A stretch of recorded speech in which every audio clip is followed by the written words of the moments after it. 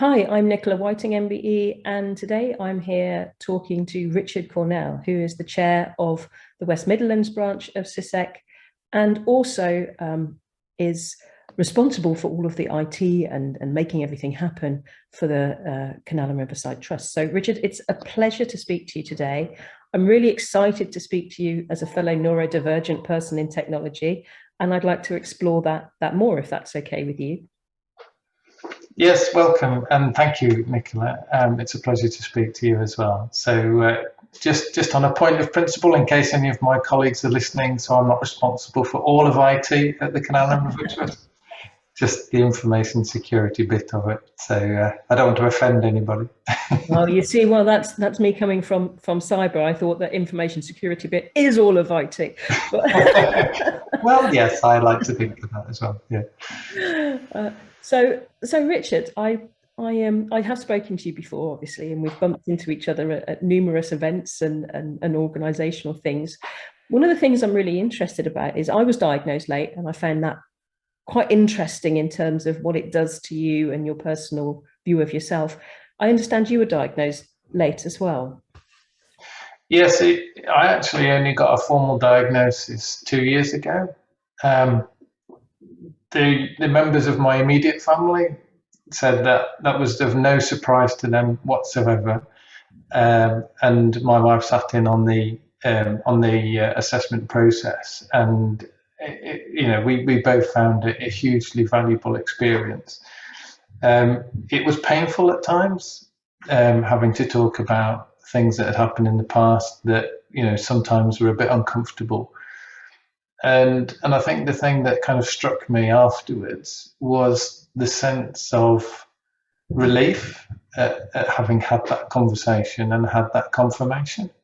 But then in the subsequent 12 months, it felt like I'd been through all of the different phases of grief, the equivalent. It was quite an interesting learning experience for me. Yeah, I definitely agree with the sort of cathartic nature of diagnosis, but also the painful process that it is in terms of quite often, if you're an adult, you've built up these careful veneers of typicalness that they have to strip away. And it is, I can remember myself being very cryy in some of that process, for them to actually go, oh yes, you are. And I think as an adult being asked to bring my mother in was very weird, because of their process. Was that something that you were asked as well? Like, can you give you parental experiences of you? So we did talk about my upbringing, and we talked about my parents, and we talked about how I felt they'd been with me and how that may have affected the way that I saw myself, and whether my parents might be neurodivergent as well. And we've had some interesting conversations subsequent to that. Unfortunately, my father's not with us anymore, but my mother is 90 next week, and I've had some interesting conversations with her about it. Yeah, it is amazing. It isn't just the person themselves that receives a diagnosis. There's quite a lot of role on, isn't there, for redefining relationships, I suppose, and having more forgiveness in some areas and more challenge in others. So yeah, it is very interesting. So how did that translate then to yourself and becoming technically competent, and what do you think are the strengths of your neurotype, and what have been some of the challenges in your career? Well, I was educated up to master's degree level in science, and I think that I succeeded in education in that regard because I found a topic that I was absolutely fascinated about, and I learned everything I could possibly know about the subject. It didn't have anything to do with cyber security. What was it? It was in geology, which I still find fascinating and still follow. But then I stumbled about after I'd finished my university education, trying to find the right role, and I met my wife, who was starting a teaching career, and she persuaded me to do that as well. And so I started teaching, and the first job I got, I had to look after all the IT, and I had no formal IT training up to that point, so I had to learn a lot very quickly. And we'd only kind of just got the internet at the time, which gives you an idea of how long ago that was. And all the way through my early career, after I'd moved from teaching, I worked as an IT consultant for an IT company following that, because I'd used my newly found special interest in IT to become totally absorbed in the subject. And I found that my neurodivergent characteristics enabled me to pass lots of vendor certification exams very quickly and very easily. So I would buy a big thick textbook and just read it from cover to cover and then go and take an exam. And my family were astounded that anybody could do that. They took one look at the book and got past, they didn't get past the second page and thought, how can you even read this, let alone understand and absorb it? But it was just something that clicked. So I think I very quickly found that I was beginning to feel a bit more like a round peg in a round hole. And when my IT career transitioned into an IT security career, then it really hit home, because I had an absolute fascination for anything related to encryption and cryptography. And I made many journeys to Bletchley Park to honour the people who had worked in that area, and I found the whole thing absolutely fascinating. So I think from a neurodivergent perspective, it was really, really helpful to find something that really kind of resonated, and that's what I think enabled me to succeed in that field. And I must admit, I've heard a lot of people that are autistic or other neurodivergent neurotypes that say that they felt very at home in technology because it's such an easy thing to get a special interest for. And I think nobody focuses quite like somebody with our brain type when you've got a special interest in something. It just is completely absorptive. And that is so essential, really, to stop at the front of the curve, because technology is so constantly changing that you have to have that curiosity and drive to want to learn more. And that's what makes so many of us so successful. So what about the challenges that come with some of our neurotype? I think, having worked in that field for a number of years, inevitably I got up to a point where I was asked to manage other people, and that came fairly quickly. And it didn't come naturally. I had to very carefully observe other people that I perceived to be good people managers, to try and understand what they were doing that I could do. So I would get all the processes from HR and go on all the training courses to make sure I was absolutely on point in terms of what we were supposed to be doing and what we were supposed to be saying. But what I would call the touchy-feely aspects of people management was something that I didn't always feel comfortable doing. And if anybody ever watches this who was managed by me at some point, I apologise. It must have been like being managed by Mr. Spock at times. And I think it's inevitable that anybody in a technological environment that gets to a certain level of responsibility is asked to manage other people, and it's just not always appropriate. And I think we need to kind of really address that. I think there's two aspects there. I think, first of all, I'd be very, very happy being managed by a Mr. Spock. Well, there's that. It's one of those things that, as you look at the fact, I think a recent survey put neurodivergent people at about 15 to 20% in our industry. So there are lots of people in our industry that actually are getting touchy-feely stuff, and they're like, this makes me feel uncomfortable. Can you just let me get on with my job? So I think that's one of the lessons, is management isn't one size fits all. And so my first thing would be not to beat yourself up too much on that. And I'm sure people who've been managed by you are not being psychologically scarred.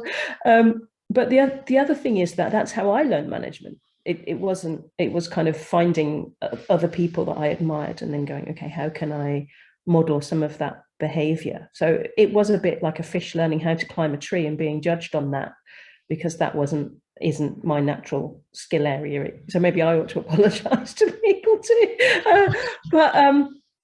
Yeah, I think that is one of the things. I mean, you wouldn't have a fantastic centre forward footballer and then train him up to be a goalkeeper.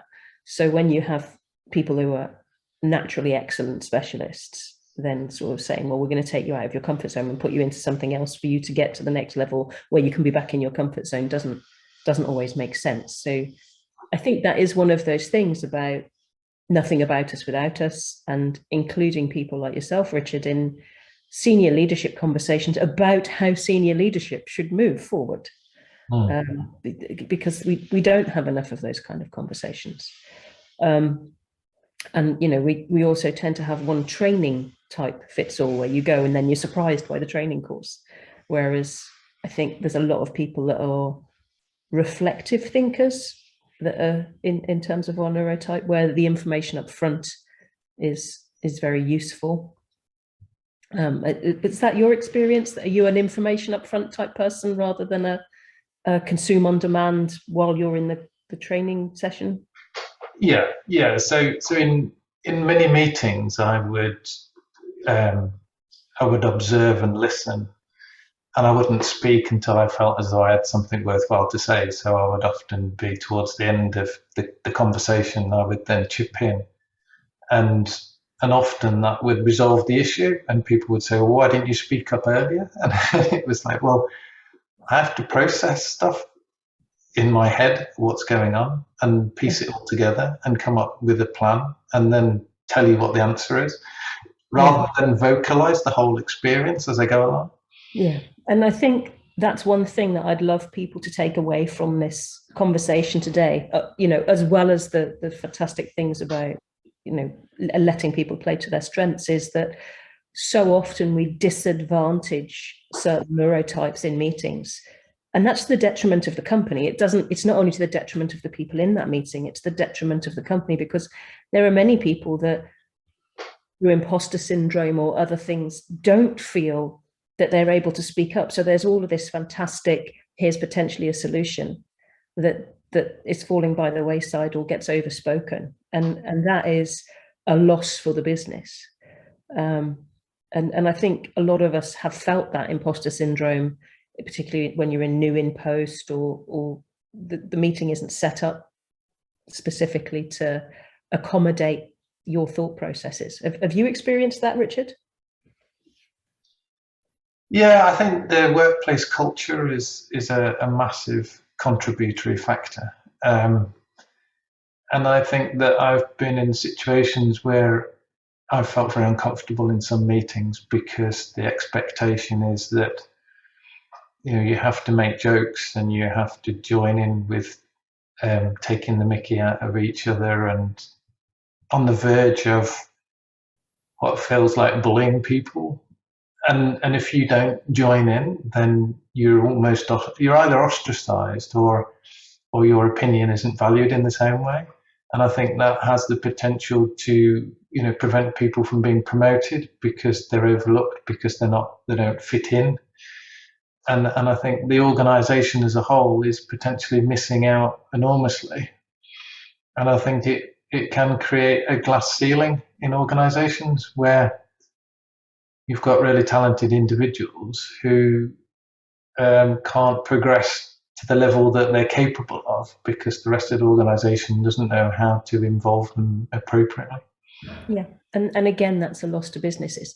One interesting, again, recent research that I saw was there's more entrepreneurs that are neurodivergent that are becoming the founders of their own businesses. And I wonder if that's because they're being stifled as intrapreneurs.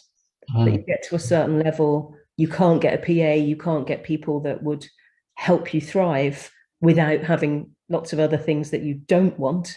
And so you go and start your own business. And I think, again, speaking to other people, you know, the Elon Musks of this world, who's autistic, your Richard Branson's who's dyslexic, you know, you have a lot of entrepreneurs that maybe would have been intrapreneurs that would have been able to thrive in a business if it wasn't for the fact that business kind of squashed their ability to do that. And again, that, you know, if you're a business owner and you're watching this, it might be really worthwhile having some frank, trusted, open conversations with people in terms of, well, how can I enable you to thrive? Would you say that would be a good thing for businesses to do? Well, I think particularly at the senior levels, you know, when you're looking at the makeup of the board, for example, or the executive, then obviously you need people with specific areas of expertise, and that's not necessarily technical expertise. It's making sure that the higher levels of the organisation are representative of the workforce. So, as you say, if 20% of the workforce are neurodivergent, then, you know, a fifth of the board should be. Yeah. You know, it stands to reason that, you know, when we're talking about diversity of board members, we're not just talking about ethnicity or gender. Yeah, I mean, we often say we want people that think outside of the box. Well, why not hire hardwired people that think outside the box? I think one of that is a really interesting point. And I did some research even on the autism charities, because obviously that's my particular divergence. And they don't even have 10% representation on boards of charities that are supposedly there to say we need more autistic people in positions of leadership. And so that's a really poor example, in my opinion, that, you know, instead of having leaders on the board of the charities, they have them in advisory groups. Well, that's the sort of thing that we need to change, and very much so, because we want to be represented by our own voice, because that's when you get unlocking the potential of that difference in thought and the antidote to groupthink of having different ethnicities and neurotypes and socioeconomic backgrounds and genders and all kinds of benefits that diversity brings.